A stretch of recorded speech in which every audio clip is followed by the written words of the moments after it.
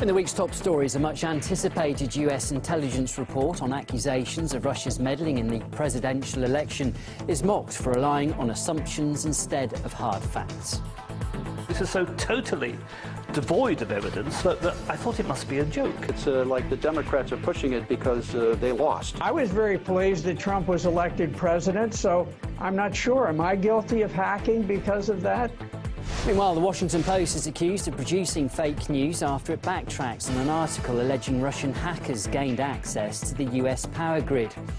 And over a dozen women say they were sexually assaulted during New Year's celebrations in the Austrian city of Innsbruck. Many are comparing this to what happened in Cologne a year earlier.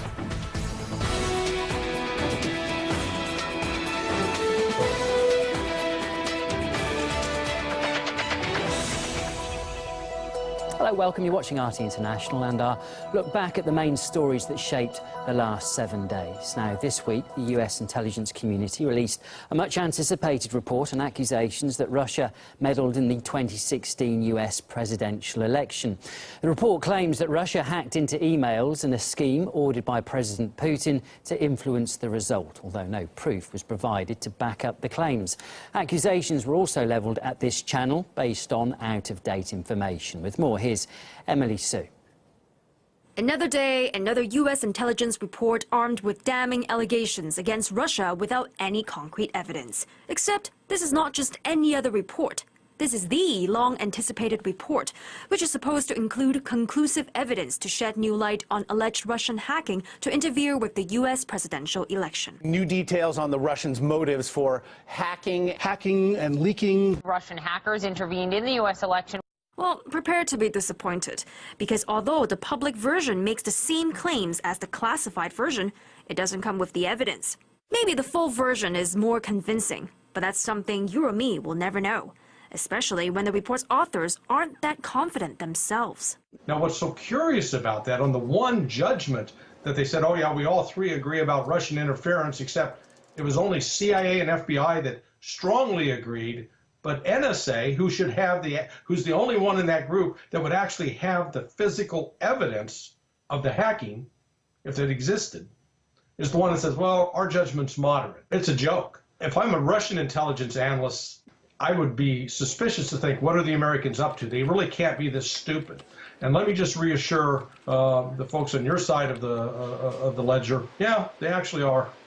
The devil's in the detail, they say. But given it's a top security report, you'd expect it to be meticulous. Turns out, not quite. To begin with, the report uses outdated information. The named head of RT Arabic no longer works with the channel. They also got RT's London bureau chief wrong. That was like 10 years ago. Newsflash, it's 2017. The sloppiness doesn't stop here. The report goes on to accuse two new shows on RT, Breaking the Set and Truth Seeker, of overwhelmingly focused on criticism of US and Western governments.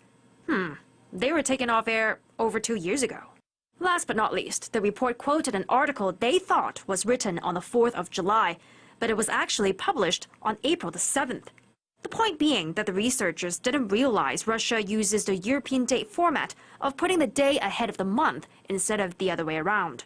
RT's editor-in-chief, represented in cartoon form in the report, said the authors really should have done their homework better. Dear CIA, all that you've written deserves to be graded F. The subject is covered badly, there's no attribution to the sources, the information is out of date and/or incorrect, the research looks like it's been done by an amateur. In our espionage school, you would have been canned for a lack of effort, which, as a matter of fact, is quite painful. Sue, RT, Moscow.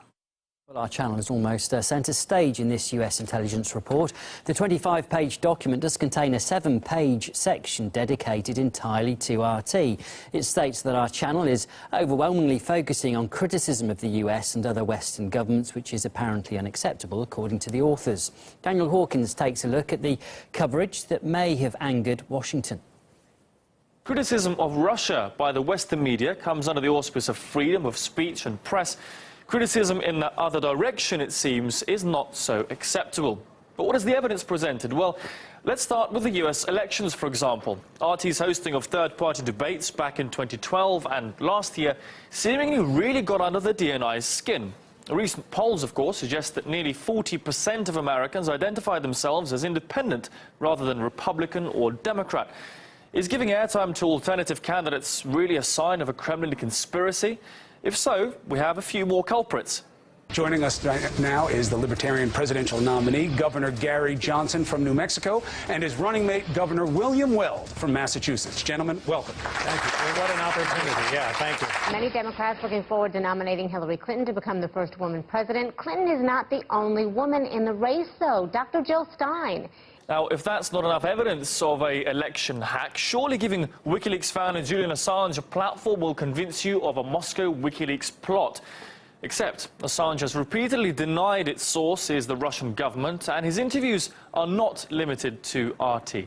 Our source is not the Russian government, and it is not a state party. This is something a 14-year-old kid could have hacked. We're a media organization, and media organizations have an obligation to protect their sources. Presumably, Fox and CNN will be next on the DNI blacklist. And speaking of the mainstream channels, another RT sin is apparently covering the following topics: infringements of civil liberties, police brutality, Wall Street greed, because apparently covering topics of genuine concern to the public and underreported by other channels is enough to make an outlet guilty of manipulating its audience.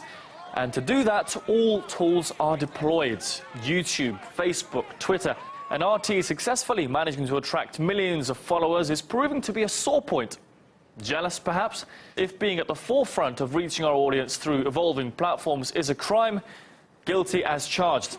With RT's motto of question more being the point of covering stories underreported by the corporate media, giving a platform to alternative voices and challenging the mainstream narrative, the DNI report looks less like a smoking gun and more of an endorsement of RT's work.